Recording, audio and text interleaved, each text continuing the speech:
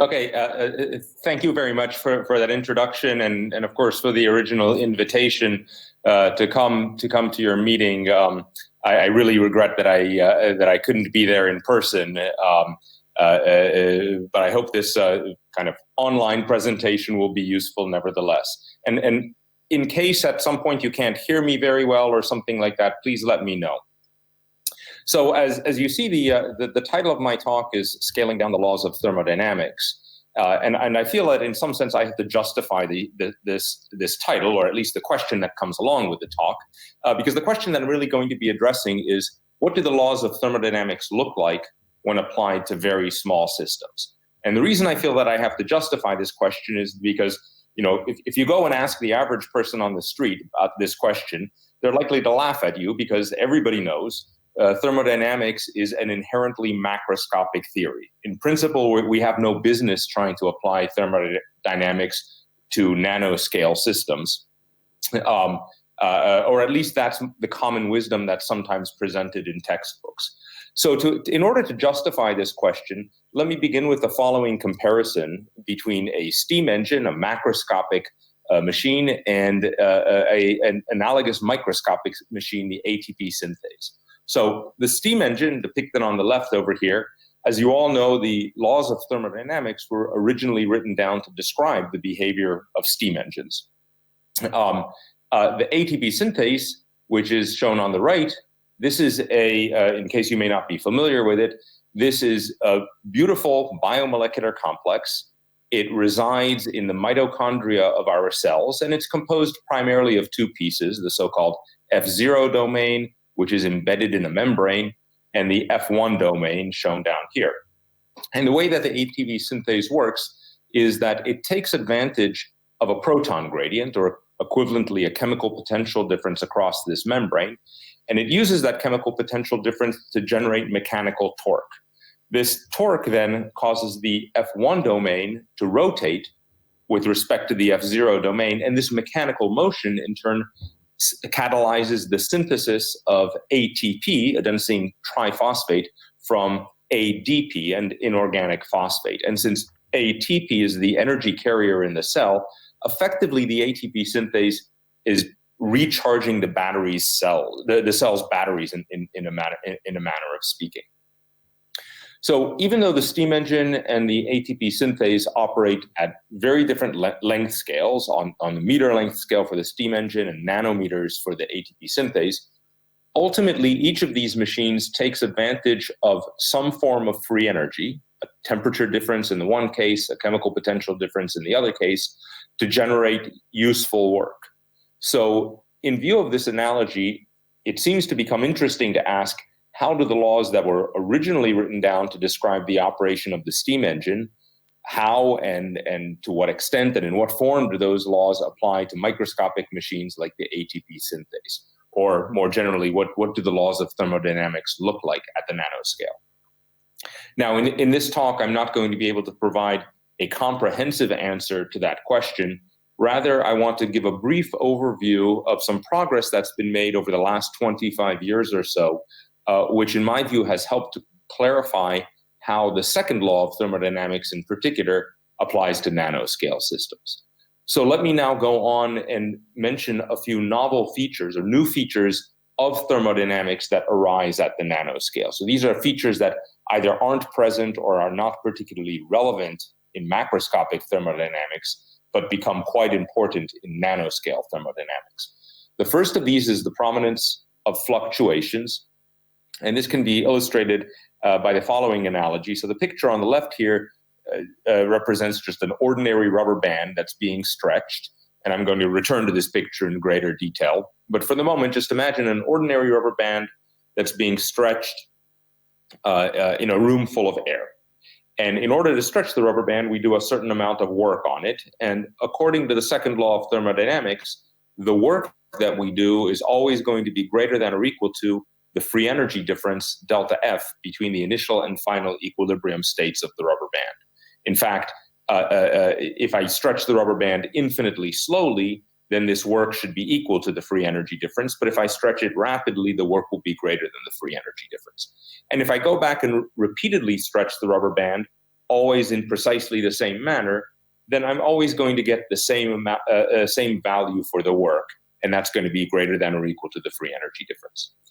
Now let me look at a microscopic analog of a stretched rubber band. So the figure on the right over here, and again, I'm going to return in detail to this figure in a few slides, but the figure on the right over here sketches a single molecule, let's say a little piece of RNA, that's being stretched using so-called optical tweezers. So just think of this as a microscopic analog of the rubber band. And again, imagine that we stretch this piece of RNA and we measure the amount of work that we do in stretching it. And now imagine that we go back and repeat the process many times, always stretching the RNA at the same rate. Even though we're acting on the molecule in exactly the same way over and over again, the precise amount of work that's going to be performed is going to be different from one realization of the process to the next. So after many repetitions, we'll get, instead of a single sharp value of work, we'll get some distribution of work values, rho of W. So this is meant to represent a histogram of all the work values that we observed over many repetitions of this process. And because we're dealing with a small system, while this distribution is going to have some mean value, W in angular brackets, there are also going to be substantial fluctuations around this mean. Of course, the fluctuations are present there in the rubber band as well, but for a macroscopic system like a rubber band, these fluctuations are usually entirely negligible in comparison with the average value. Whereas for a small system like a single piece of RNA that's being stretched, these fluctuations are not negligible at all. So if we're to develop a thermodynamic theory for describing nanoscale systems, then this theory should somehow account for these fluctuations. Another new feature of thermodynamics at the nanoscale are so-called violations of the second law of thermodynamics. So if you look at the histogram on the right, I've deliberately shown that there's a small tail of the distribution that extends to the region to the left of delta F. In other words, if we repeat the process many times, every once in a while, we may observe a value of work that's less than the free energy difference delta F, which, if that were to happen for a macroscopic system, that would be a genuine violation of the second law of thermodynamics. For a microscopic system, I put the term violations in quotes. Nobody is suggesting that the second law has in any sense been overthrown, but simply in a microscopic system, you can have large fluctuations, relatively large fluctuations, so you may be every once in a while observe an event that would not be possible for a macroscopic system.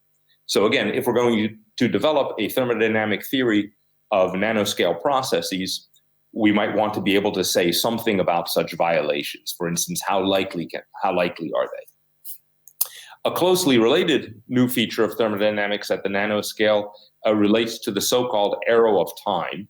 And this is illustrated by this picture that I've borrowed from an article written by Joel Leibowitz almost 30 years ago. And the picture illustrates the fairy tale or the nursery rhyme of Humpty Dumpty. So on the figure over the left, picture on the left over here, Humpty is this creepy egg-like creature that's sitting on a wall. And according to the nursery rhyme, Humpty Dumpty falls off of the wall, and since Humpty Dumpty is basically an egg, Humpty breaks. And as the nursery rhyme puts it, all the king's horses and all the king's men couldn't put Humpty together again. And this nursery rhyme really illustrates the notion of an irreversible process.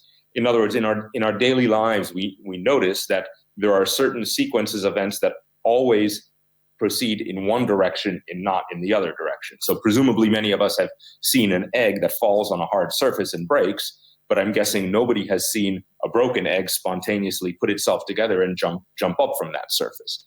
And so this illustrates something that it's sometimes referred to as the arrow of time, which is something that we're, of course, intuitively very, very familiar with, but it's closely related to the second law of thermodynamics. So it turns out that while the arrow of time is very easy to distinguish in macroscopic systems, like in situations like the breaking of an egg, for microscopic systems, it's not always so easy to determine whether we are seeing a movie, for instance, being run in the correct direction or if it's being run in a time reverse direction. And I'll refer to this as the blurred arrow of time. And it turns out that in recent years, we've been able to quantify our ability to determine the direction of time's arrow in nanoscale processes. And this has even been measured experimentally. So I'll return to that also later in the talk.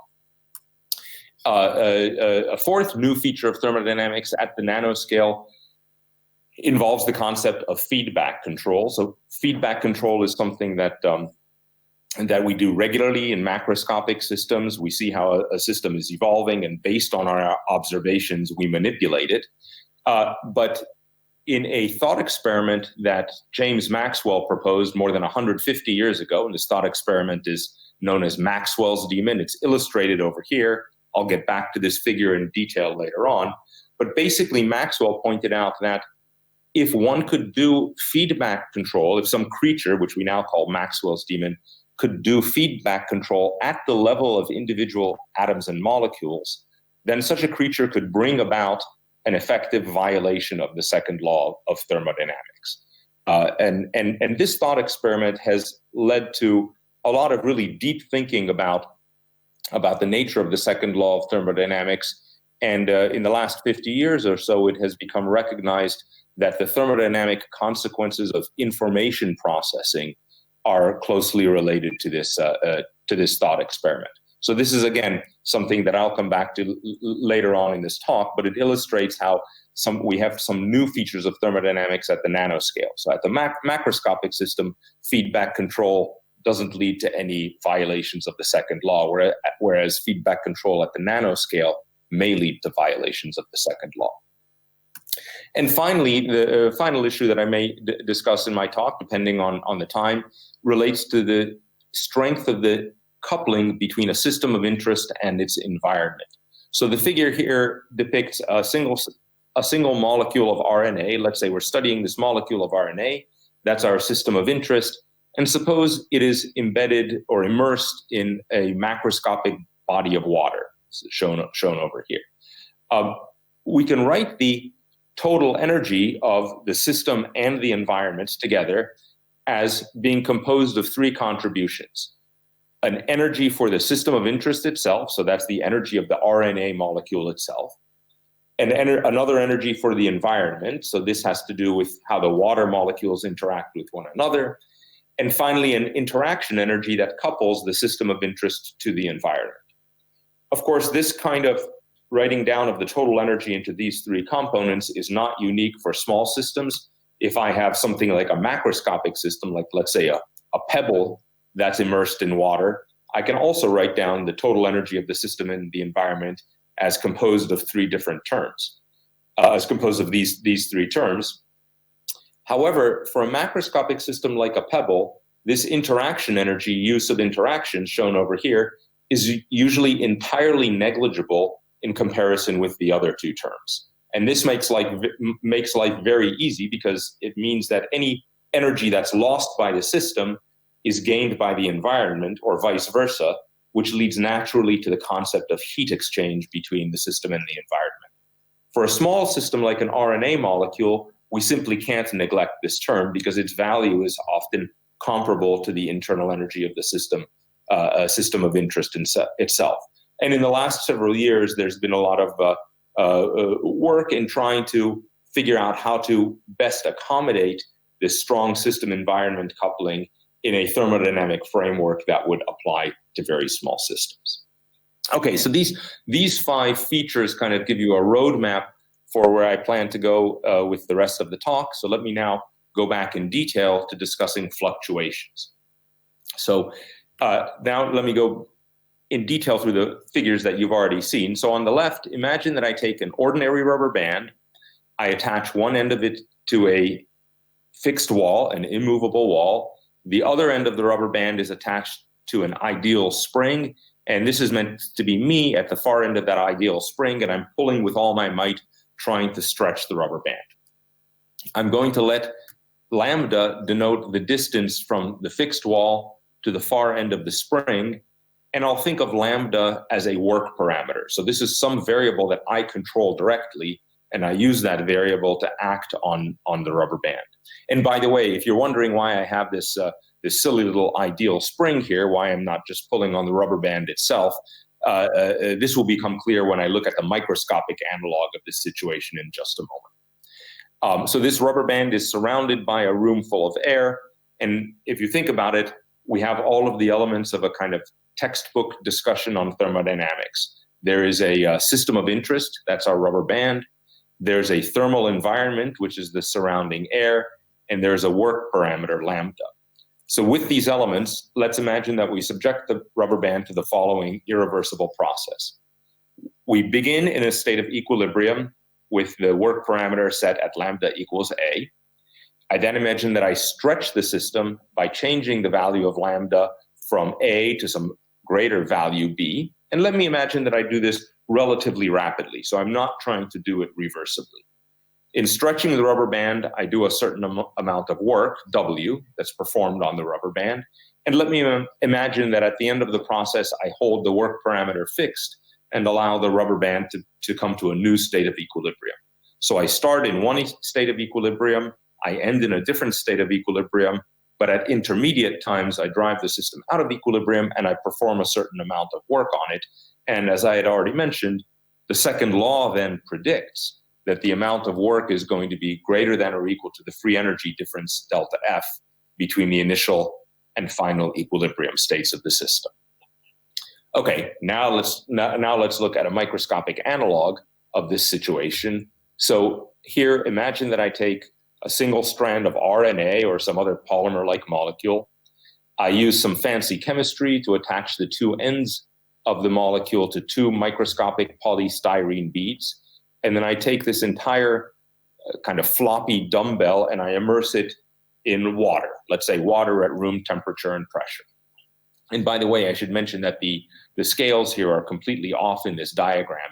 In reality, these beads are enormous compared to this poor little strand of RNA that's tethered between them. But this is meant to be a schematic depiction. Once this is in water, let me imagine that I use a micropipette, a tiny suction device, to grab one of the beads. And then I use optical tweezers, or a so-called laser trap, to trap the other bead. So this the laser beam here forms effectively an attractive potential for this bead. And now let me let lambda denote the distance from the micropipette, which is fixed, to the center of the laser trap. And I imagine that I can control the position of the laser trap. And experimentalists actually do these kinds of experiments. And by the way, the laser trap forms a harmonic potential in which this bead moves. And that harmonic potential is the microscopic analog of this ideal spring that I had in the rubber band experiment. So let me again imagine now that I subject this system, the RNA strand, to an irreversible process where I begin in a state of equilibrium at lambda equals A. I then stretch the system by changing lambda from A to B. I end in equilibrium. And now I go back and I repeat the process many times, always stretching the rubber band, or always changing the value of lambda at exactly the same rate. And even though I'm doing the same thing to the rubber band over and over again, there are now going to be different values of work each time I do the stretching, just because the RNA strand is moving randomly, is jiggling about randomly every time I carry out the experiment. The second law suggests that on average, the work should be greater than the free energy difference, but now there's going to be substantial fluctuations around the average. So we come back to this picture that I had before, where the row of W here represents the distribution of work values over many repetitions of this stretching process. The second law then suggests that the mean of this distribution is greater than the free energy difference delta F, as depicted over here, but there are going to be fluctuations around this mean. It's tempting to view these fluctuations as kind of boring, uninformative noise, just kind of random noise. But what has been recognized in the last few decades is that these fluctuations actually hold some interesting information in them, and they satisfy some relatively strong constraints. Before moving on to that, let me mention also that it's sometimes useful to think of cyclic processes. So let me imagine the situation going back to the rubber band, where I first stretch the rubber band and then I contract it. And I'll let the subscripts F and R for forward and reverse refer to the stretching process and the contraction process. So for the forward process, this is the process I've already described, where I start in one equilibrium state and then I stretch the rubber band and end in a different equilibrium state. For the reverse process, I begin in the stretch state and I contract the rubber band. And I imagine that if I were stretching it at one rate during the forward process, then I'm contracting it at exactly the same rate during the reverse process. Each of these processes, the stretching and the contraction, is a thermodynamic process. So each one satisfies the second law. In other words, the work that I do during the forward process is greater than or equal to delta F. The work that I do during the reverse process is greater than or equal to minus delta F, where the minus sign just comes about because I've switched the meaning between the initial and the final state of the system. So I end up with the following inequality chain, which physically represents the following statement. The work that I do to stretch the rubber band must be greater than or equal to the free energy difference between the state A and state B, and that difference in turn must be greater than or equal to minus W sub R, which is the work that I get back when I contract the rubber band. In other words, I also, over one cycle of stretching and contraction, I always have to put in more work to stretch the rubber band than I get back when I contract it. And you can think of this as a kind of no free lunch theorem. If it were the other way around, if I got more work out of the rubber band when it contracts than I put in to stretch it, then I'd have a wonderful source of energy. I could sit around all day stretching and contracting a rubber band, and the net effect would be that I would harness energy from the surrounding air and convert it into useful work. And if such a rubber band could be created, then of course we wouldn't have to, our power stations wouldn't have to burn coal or natural gas. They'd just have hundreds of thousands of rubber bands that were continuously being stretched and contracted. And the net effect of that would be to generate work by taking energy out of the surrounding air. And of course, the second law of thermodynamics forbids something like this. And that's represented by this inequality chain. In the case of the RNA strand, imagine now that I do many cycles of stretching and contraction. So I stretch the RNA strand, I contract it, I stretch it and contract it, and so forth over and over again. If I keep track of how much work I do to stretch the rubber band every time I stretch it and how much work I get back when I contract the rubber band, then the distributions of those two work distributions will qualitatively look something like this. The distribution of work values associated with stretching the RNA strand will have a mean value that's greater than the free energy difference delta F, and the distribution of values of work that we get back when the RNA strand is contracted is going to have a mean value that's less than the free energy difference delta F. So basically it's the same picture that you see with the rubber band, except instead of having these sharp lines, we have these distributions of work values that represent these random fluctuations around the mean. And as I had already indicated, these work distributions satisfy some rather strong and unexpected laws. And these sometimes are called fluctuation theorems or non-equilibrium work relations. And so let me discuss some of those, and let me discuss some of their consequences. So the first one I'll discuss is the following prediction, which says that if instead of looking at the average work associated with this distribution, let me look at the average of the quantity e to the minus beta W. Here, beta is the inverse temperature of the surrounding thermal reservoir. W is the work that I do during one process of stretching the strand of RNA, and the angular brackets here denote an average over infinitely many repetitions of the process, or equivalently, it's an average over this distribution of work values, rho of W. And the claim is that this average is going to be equal to e to the minus beta delta F, where delta F, as before, is the free energy difference between the initial and final equilibrium state.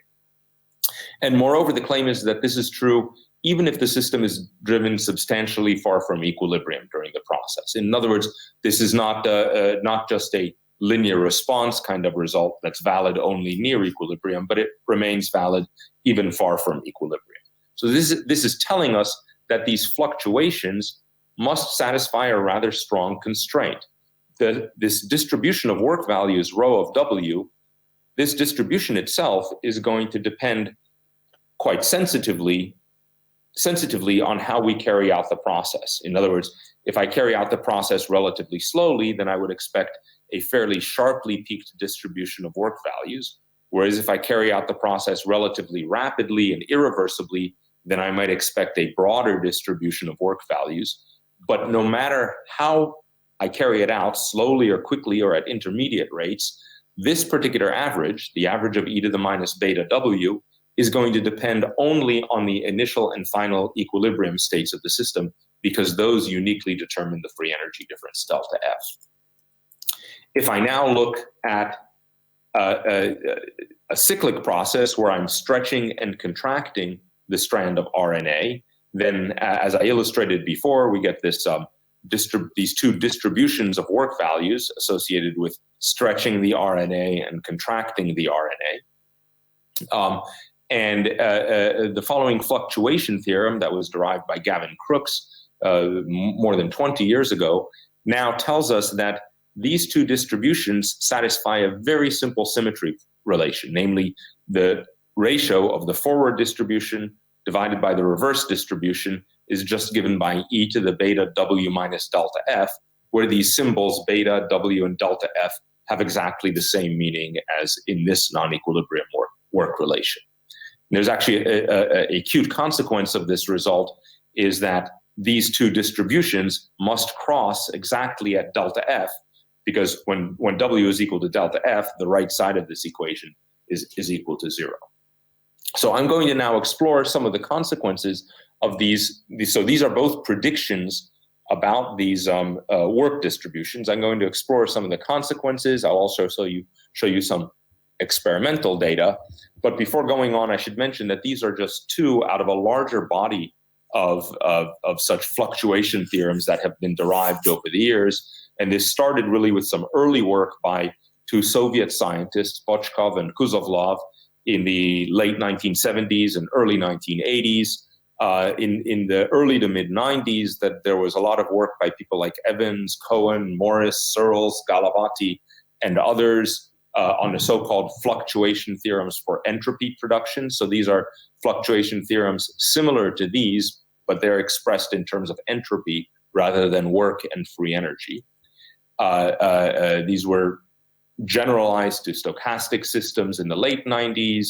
Hummer and Szabo also gave a very nice generalization, and Udo Seifert was able to show that a lot of these results, these and others, which I haven't mentioned over here, can all be derived within kind of one generalized framework. So I'm not going to have time to talk about any of these results in more details, but I'm just bringing them up to say that these two results are really part of a larger body of work that's been developed over the past few decades. Okay, let me move on to some experimental results. Question. So, hello? Question. Yes, absolutely. So you said for very slow driving, the distribution of work will be highly peaked and the width of the distribution will be smaller. But Correct. But if you do a slower drive, then work is actually basically an integration over a larger period of time. Is it because of the rate is going decaying faster than the fluctuation is increasing? Yes. So there's a competition. You're right. The work is taking place over a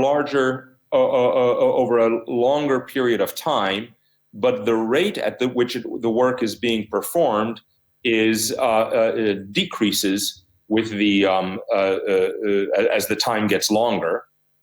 And it turns out that when you're doing it very, very slowly, there's kind of a cancellation of the averages. So in that situation, I can't do it in more detail without actually writing equations. But one can do a simple back of the envelope estimate that in the limit where you do it very, very slowly, the width of these distributions should scale like like 1 over the duration of the process, but also the mean work minus the free energy difference, delta F, also will scale like 1 over the duration of the process. So you are right that the duration becomes longer, so the work is an integral over a longer period of time, but the integrand in that integral gets smaller and smaller as the duration increases, just because you're changing the Hamiltonian more and more slowly. So in the limit where you do things very slowly, actually both of these distributions, the rho f of w and the rho r of minus w, would come very, very close, and both would start looking like Gaussian distributions that are peaked very sharply near delta F. Thank you. Okay, sure. Yes, and please do let me know if there are questions. I'm more than happy to answer the questions during the talk. Sure. Okay, let me briefly discuss an experiment that was done 15 years ago. This was carried out by Felix Retort and colleagues in the lab of Carlos Bustamante at Berkeley, where they basically did stretching experiments along the lines that I've described, stretching a single strand of RNA. And the figure in the lower left here shows the force that's exerted on this bead as a function of extension during these experiments. So these orange curves that you see over here represent about 5 or 6 stretching processes, and the blue curves represent the contraction processes. So this represents about half a dozen cycles of stretching and contraction. And you'll notice that what happens during a typical cycle is that as the molecule is being stretched, the force increases with the extension, and then all of a sudden there's this sharp break where the force goes down and the extension suddenly increases. And what's happening there is that the molecule in its native state starts out folded in what's called a hairpin fold. As it gets stretched, all of a sudden it rapidly unfolds, and that's what's happening. What's happening in these diagonal lines over here. During the reverse process, when the molecule is being contracted, it refolds, and that's going on down here where these diagonal blue lines are shown. And you can see that on average, more work, so the work that's done is the area underneath one of these curves. More work is being done during the forward process than we get back during the reverse process. And this is a direct evidence that there's hysteresis, in other words, irreversibility in this process. So the fact that these orange curves don't lie on top of the blue curves over here is in some sense a direct illustration of the second law of thermodynamics as it applies to one of these single molecules. So from these kinds of experiments, the experimentalists were able to reconstruct the work distributions for the forward process and the reverse process. So these two purple histograms that are shown over here are the forward and the reverse work distributions using the wild type molecule. This is a molecule harvested from E. coli. And the experimentalists also used a mutated version of the molecule, and the work distributions for the mutated version are shown in these gold curves over here. So these pairs of histograms that you see over there are just the experimental analogs of these schematic distributions that I had on the previous slide. And now, in order to test Crookes's prediction, we need to have some decent amount of statistics in the area where these two histograms overlap. And you see that in the case of the wild type distributions, there's very little overlap. So that wasn't good enough to test it. And that's why they turned to these mutated versions. And in the mutated case, there's a little bit of overlap you see in this region over here between the forward and the reverse work distributions. And the inset that's shown over here basically focuses on that particular region where work goes from 155 to 160 in units of kT. And what's plotted here is the logarithm of the left side of Crookes's prediction as a function of work in units of kT. And according to this theoretical prediction, this curve should be a straight line with a slope of unity. And here the best fit gave a slope of 1.06, which was well within the experimental errors. So this was kind of the first experimental evidence directly confirming or directly testing Crookes's prediction. There have been a number of experiments in recent years that have provided more statistically significant confirmation of these results. Let me actually jump 10 years after this experiment to much more recent experiments which have tested a quantum mechanical version of this non-equilibrium relationship over here. So the quantum mechanical derivation of this result was first published by Shaul Mukamel in 2003, although there were equivalent derivations by Jorge Kurchan and Hal Tasaki that appeared on the archives a couple of years earlier, but I think were never published in publications. And basically the idea here is the following. Let's imagine that we take a single, a small quantum mechanical system. We prepare it in equilibrium by bringing it in contact with a thermal reservoir. And now imagine that we remove the reservoir. After removing the reservoir, let's say we make an initial measurement of the energy of the system. So according to the postulates of quantum mechanics, the system will collapse into an eigenstate of the initial Hamiltonian. We now allow the system to evolve in time as the Hamiltonian is changed from some initial Hamiltonian to some final Hamiltonian. So here we're varying some work parameter lambda. And at the end of the process, we measure the energy of the final Hamiltonian. We measure the energy of the system at the final time. So we get some eigenvalue of the final Hamiltonian.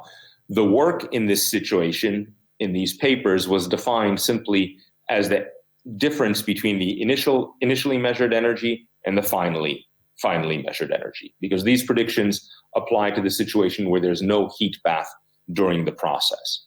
So several years ago, a couple of groups in China, this was a collaboration between a theory group at Peking University and an experimental group at Tsinghua University. They carried out this process using an ion in a harmonic trap, where they measured because this is a harmonic trap, the energies are described by this familiar statement, result for the eigenenergies of a harmonic oscillator. And by measuring the initial and final quantum numbers before and after the harmonic trap was displaced from one location to another, the experimentalists were effectively able to measure the work distributions in this quantum mechanical system. And in this situation, the only change in the Hamiltonian that's happening is this ion trap is being moved from one location to another. So the free energy difference associated with this process is equal to 0. And I don't have time to go into the details of this result, so let me just show you the experimental data. These three histograms that are shown over here are histograms of the value delta n, where delta n is just the difference between the initial and the final measured quantum number. And that's related to so this delta n is related to the work by this factor h bar omega. So these are effectively three histograms of quantum mechanical work values, and they correspond to moving the trap at a slow speed, at an intermediate speed, and at a fast speed. And according to this prediction, in all three of the cases, the average of e to the minus beta w should be equal to unity. And in this case, when they plugged in the numbers, they found the following values: 1.032, 0.995, and 0.989, all of which were within the experimental error bars of the prediction. So this experiment, along with another one that was done roughly at the same time using a different method, have provided the first experimental confirmations of quantum mechanical work, non-equilibrium work relations, which I think is an exciting development. I should mention that up to this date, there really these quantum mechanical predictions really have not yet been extended to the situation where there is a heat bath present during the process, because in that situation, it's not even clear how to define work and heat for a single quantum mechanical system. And by the way, in reference to the question that was asked, hello? These distributions. Question? Yeah, hello? Yes. Question. So yeah, question. This average e to the power minus beta w equal to 1. This average is over initial conditions as well over quantum averages?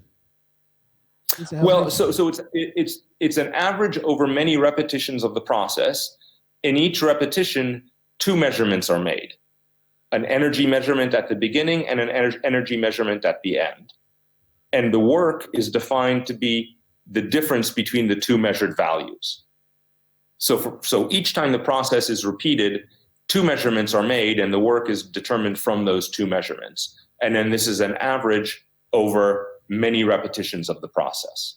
So there is quantum average as well as initially the system was in thermal contact. So initially the system was in equilibrium, right? So it is over initial condition as well. Yes. So actually, yes. So there are really two averages that are happening. One is the thermal average, because as you point out, the system is initially in a thermal equilibrium state. So when the initial energy is being measured, one gets an energy value corresponding to the Boltzmann distribution. So there's a thermal average. But then during the process itself, so the system at the beginning of the process, after the initial energy is measured, the system is in an eigenstate of the initial Hamiltonian. During the process, the system evolves to a superposition of energy eigenstates of the final Hamiltonian. And so when the final measurement is made, there's a kind of quantum collapse at that point. So there one is effectively making taking an average also over the quantum fluctuations associated with that measurement process. Does that clarify it a little bit? Yes. Thank you. Okay. And as you see, by the way, these illustrate the idea that the more slowly the process is carried out, the more the distribution becomes narrowly peaked, as I described earlier. In the time, over the last 20 years or so, there have actually been a fairly large number of experiments testing these and other fluctuation relations. These have involved a number of different experimental platforms using mechanical oscillators, trapped colloidal particles, the giant protein molecule Titan, single electron boxes, and others. I'm not going to go into any of these in detail, but I should say that up to this date, all of the experiments have been in agreement with the theoretical predictions. So I think it's fair to say that at this point, there's a reasonably good body of experimental evidence in favor of these theoretical predictions. Okay, let me move on now to some implications for the second law of thermodynamics. So it turns out that this equality immediately implies two inequalities. The first one is the following. This implies that the average work must be greater than the free energy difference delta F. And that just comes about from something that's known as Jensen's inequality. Jensen's inequality says that the average of e to the x must be greater than or equal to e to the average of x. This is a mathematical result. When you combine that with this physical prediction, you get this inequality over here. But this is something that we already expected from the second law of thermodynamics. It turns out that one can make a somewhat stronger, one can obtain a somewhat stronger inequality, and that's the following. So let's look at these violations of the second law that I had mentioned earlier. So these are events where the work is less than the free energy difference delta F. And it turns out that from this equality, one can ask the question, what's the probability that the second law is violated by at least an amount zeta? And what I mean by that is, if I make this measurement of work once, what's the probability that the value of W will be no greater than delta F minus zeta, where zeta is some variable that has units of energy and is positive.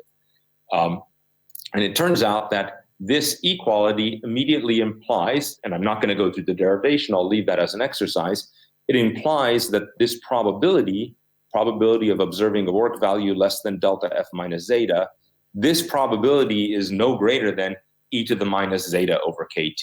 In other words, this tail is decaying exponentially or faster in this thermodynamically forbidden region. In other words, if we do the experiment many times, maybe we can observe violations of the second law by 2 kt or 3 kt, because e to the minus 2 and e to the minus 3 is not such a small number, but effectively we'll never see a violation of the second law by 100 kt, because e to the minus 100 is a fantastically small number. And this is in agreement with our macroscopic observation that we don't just see the second law satisfied on average, that really we never see large violations of the second law. But there's one interesting point here, that if we take a value of zeta that's just slightly larger than 0, then this inequality just becomes the following inequality, namely that the net probability of observing a violation of the second law must be less than 1. And that's kind of a trivial result, because we already know that the average work must be greater than or equal to 0, so it can't be the case that all values of work would be less than delta F. So it seems like this is a relatively weak bound, but it turns out that in fact this is the strongest universal bound that one can derive. In other words, for any value less than 1, let's say 0.9, I can cook up, or I can imagine some thermodynamic process where 90% of the work distribution would be less than delta F, and let's say, 99% would be less than delta F, and only 1% of the work distribution would be greater than delta F, although the average still must be greater than or equal to delta F.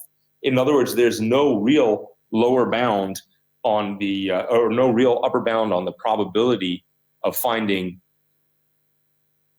these violations of the second law. The area underneath this tail, this left portion of this tail, can be as close to unity as we want it to be. And this has been tested recently in an experiment involving a single electron transistor. I'm not going to go through the details of that experiment, but what you see here, this is not two different work distributions. This is a single histogram of work values that happen to be bimodal. And in this situation, all of the work values that are greater than 0 are in agreement with the second law, and all of the work values that are less than 0 are so-called violations of the second law. So all these values down here are like this far end of the tail of the work distribution.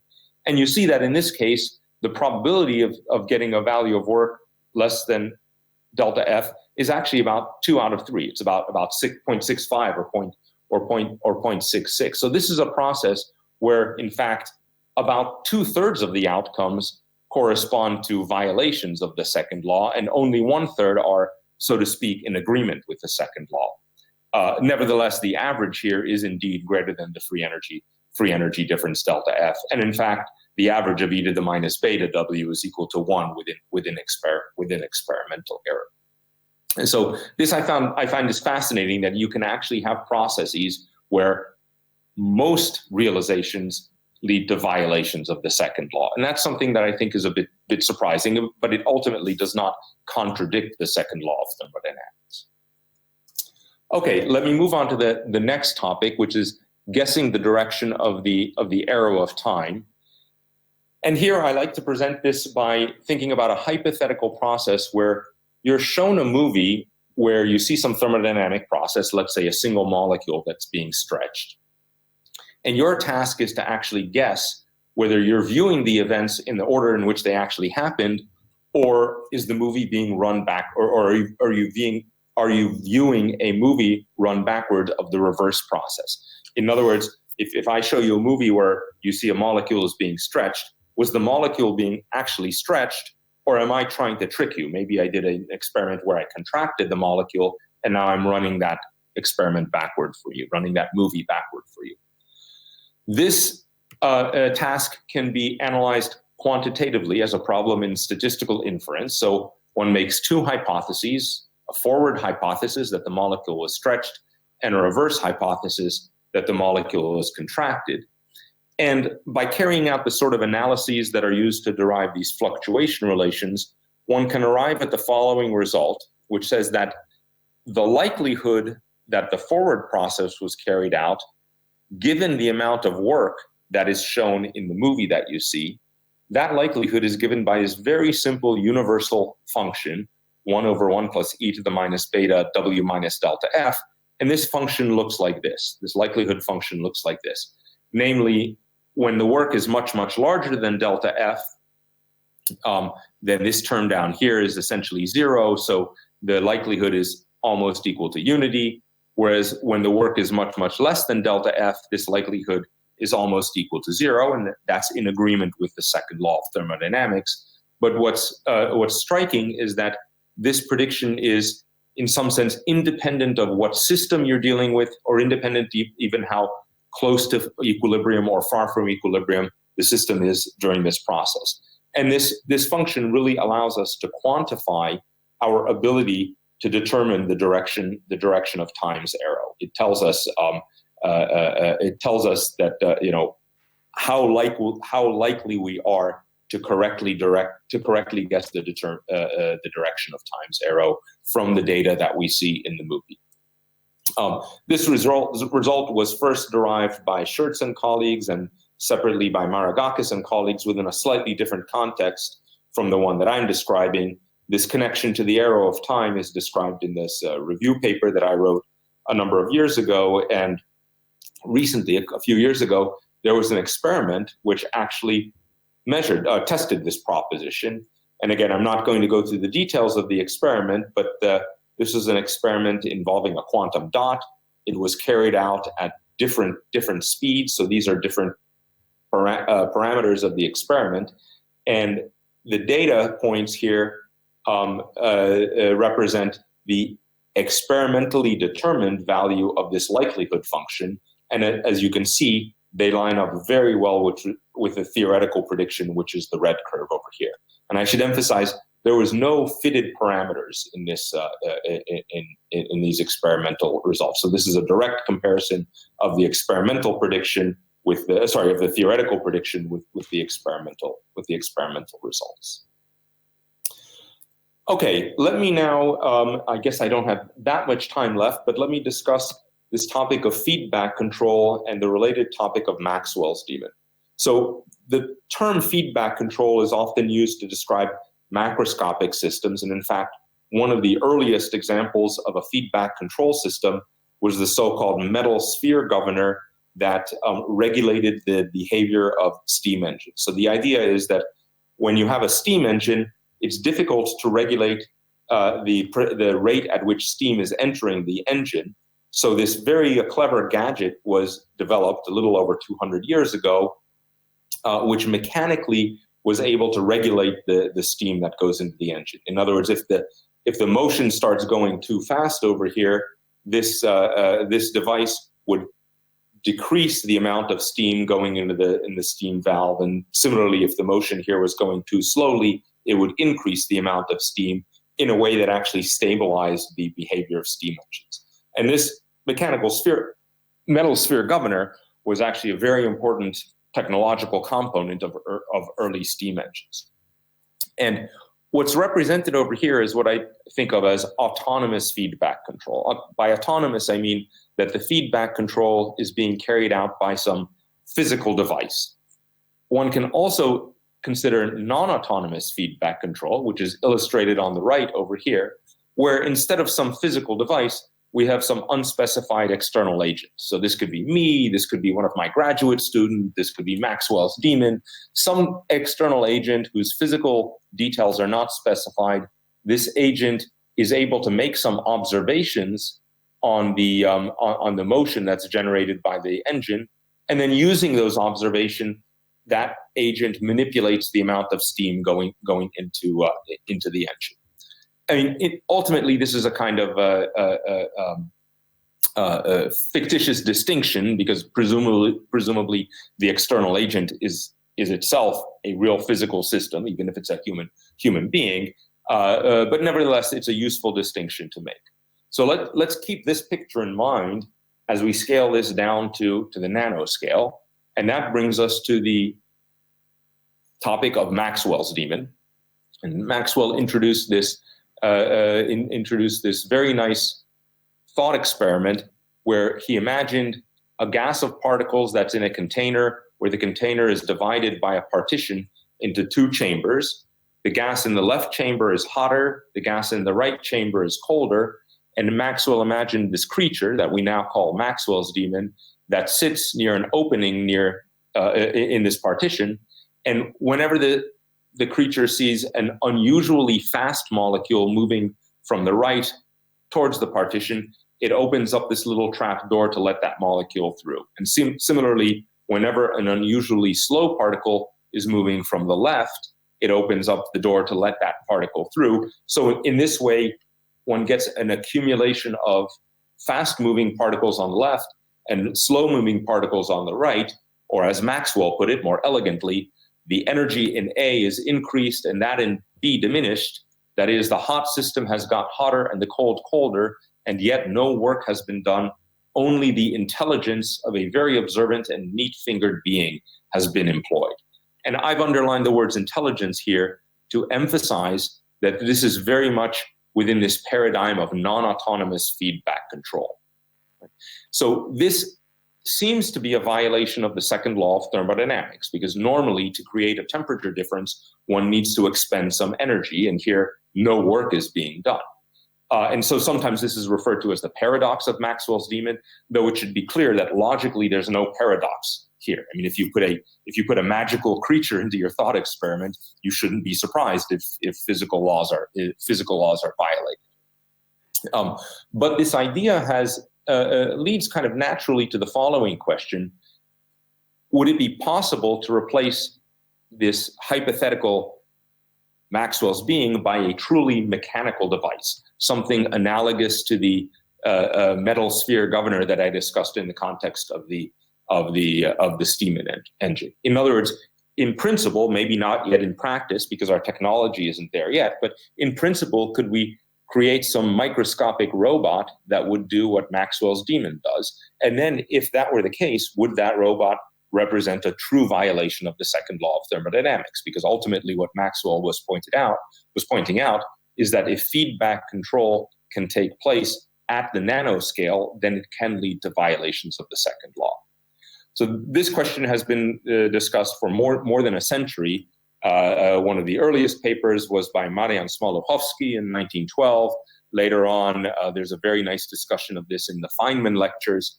And both Smoluchowski and Feynman come out and say that no, in principle, one cannot create a mechanical gadget that would do what Maxwell's demon does. A little bit later, starting with the work of Rolf Landauer, and then independently Oliver Penrose, and finally Charles Bennett, a somewhat more subtle answer to this question came about. And the answer goes roughly as follows.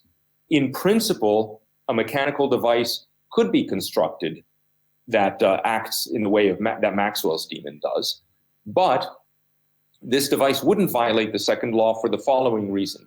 If this is a mechanical device and not some fictitious demon, then this device is gathering information about its surroundings as it's doing the feedback control.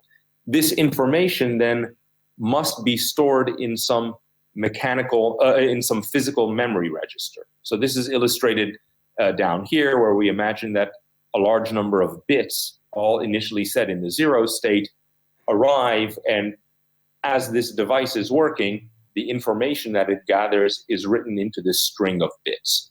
And what Landauer and Penrose and Bennett ultimately pointed out is that this random information that's being stored in the memory register represents an increase in the entropy of the memory register.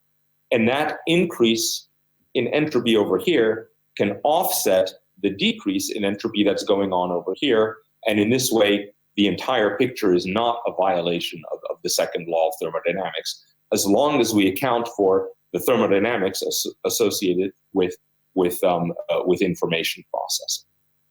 So in recent years, this has been these ideas have been combined with some of these fluctuation theorems in the following sense. So let me imagine, and I'm going to come to the end of my talk in a moment. Let me imagine that I have some hypothetical creature here who is gathering information as the creature is doing these single molecule pulling experiments, and I'm going to let I denote the information that's gathered during one realization of this process. This can be quantified mathematically, although I'm not giving the formula over here.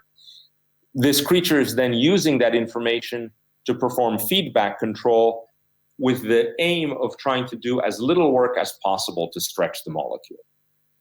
So this is basically similar to the situation we had before, except now we're allowing some external agent to do information processing and feedback control. And about 12 years ago, Takahiro Sagawa and Masahito Ueda showed that in this kind of situation, the second law is replaced by the following inequality, namely that the average work done in this process must be greater than or equal to delta F minus KT times the average information gain.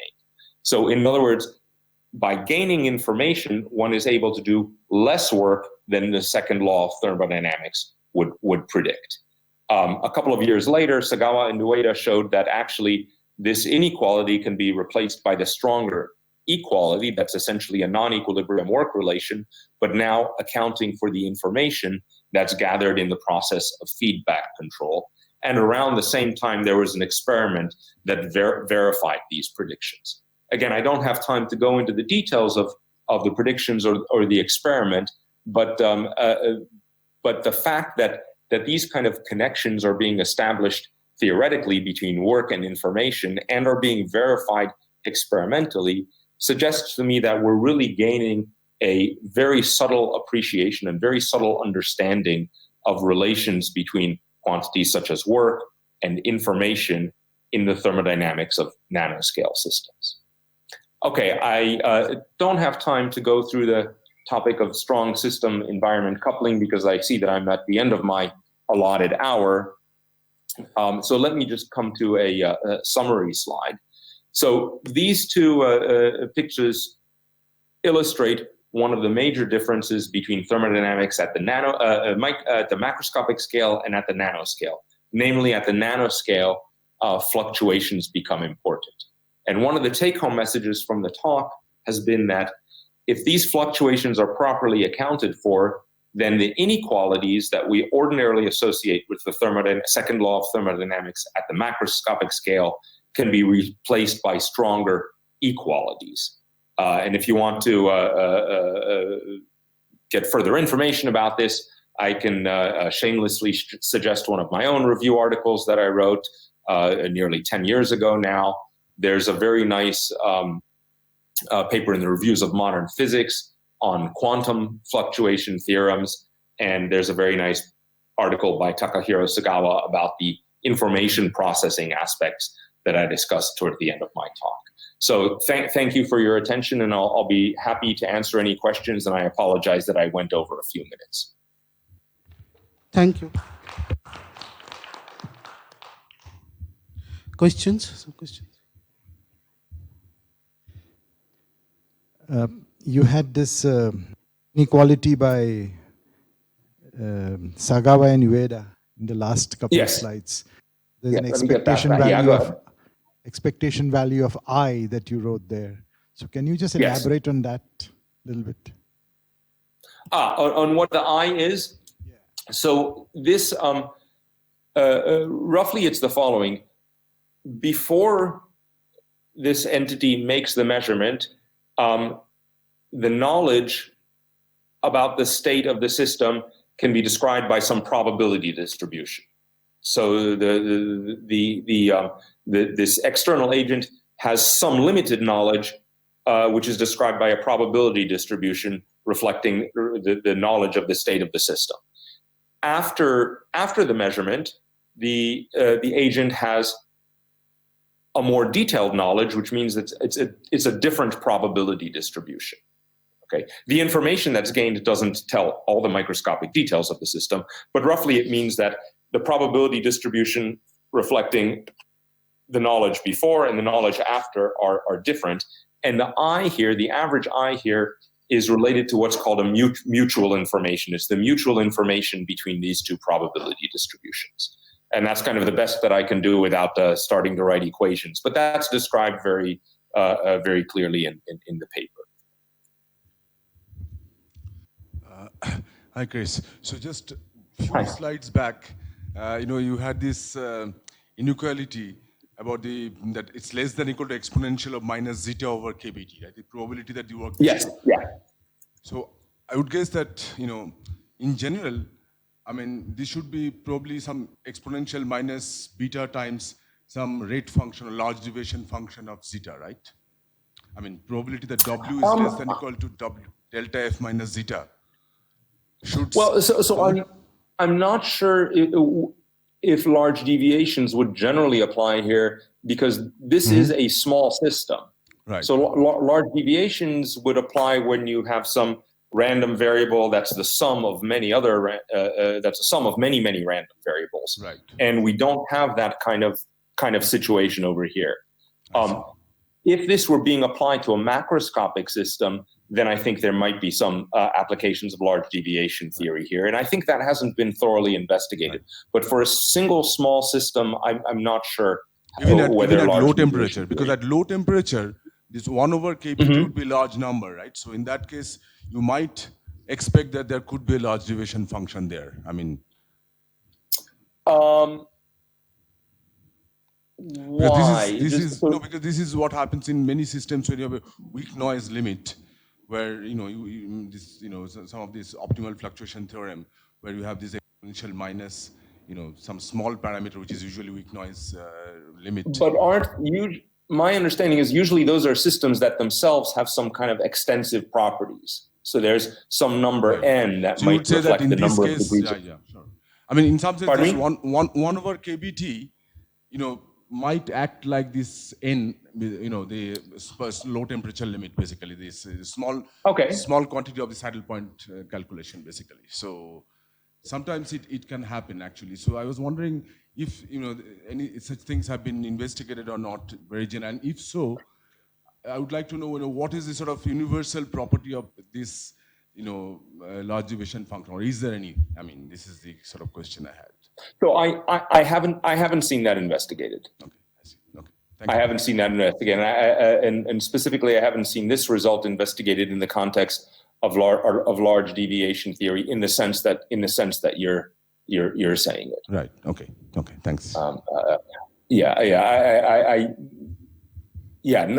in the low temperature limit. So that actually sounds like something that could be very interesting to investigate. But I haven't seen that done. More questions?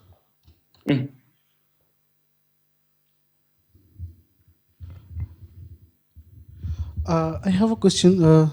So first question, you talked about this likelihood function, and you showed an experimental curve. So I was curious how this L, if given W is computed in experiment. This one? Yeah. How is it computed in experiment? Sorry? How is it obtained in experiment, this curve, these data points? Yeah. So what is the question? How those data points are obtained in experiment? Oh, how are they obtained? Okay. So there was a forward process and a reverse process. So those were performed many times. And the work values were calculated, and then basically the work values were binned. So there was the work axis was divided into many bins, and then in each one of those bins, one could count how many work values appeared in that bin from the forward process and how many work values appeared in that bin from the reverse process. I see. And from the ratio of those, one gets empirically this likelihood that it's the forward process given the value of work. I see. And I have another question. So in the information processing, where this second law gets modified, so there you have this kBti, right? And that I there we didn't consider any microscopic details or the dynamics of the person of the agent who is doing this feedback measurement and feedback process. But if we consider a physical and the dynamics of such a system, then will that the information writing and whatever the processing, is it happening in equilibrium? Is it implicitly assumed in this relation? So no. So in this relation, this was derived very much within the paradigm of this non-autonomous feedback control. So this was derived by not assuming anything about the physical properties of this agent. It just assumed that some agent exists that is able to do feedback control.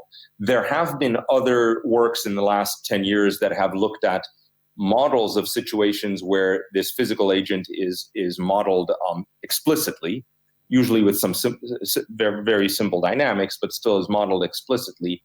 And in those models, one basically finds those to be in agreement with the picture I had in the slide before, namely that the amount of work that the system could extract, or the degree to which it could violate the second law of thermodynamics, so to speak, is related to the amount of information that's written to a physical memory register.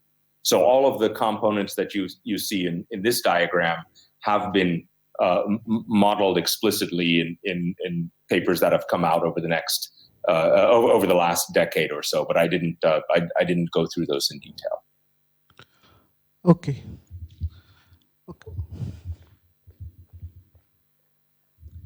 So thank you. So I remember that like 2 decades ago or so, there was the promise that the work free energy relations would be used to find free energy landscapes, to really compute measure free energies as we varied properties of the polymers, spring constants and so on. I was wondering to what extent, looking back like 10, 15 years or so, to what extent has this been realized that one has been able to construct free energy landscapes for, say, biopolymers?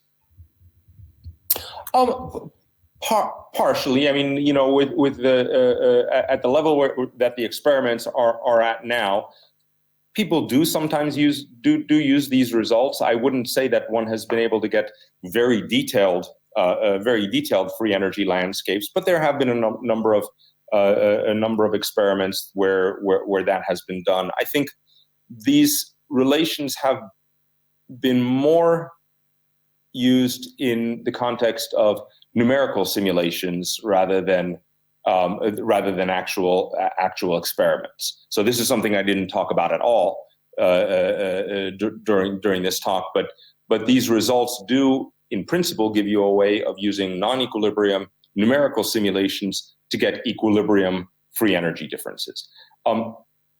Ultimately, I don't think they lead to much more efficient ways of doing free energy estimation than the old traditional equilibrium approaches, but they're kind of a new set of tools, and these do get fairly regularly applied in the context of numerical free energy estimation. Probably much more there than in the context of actual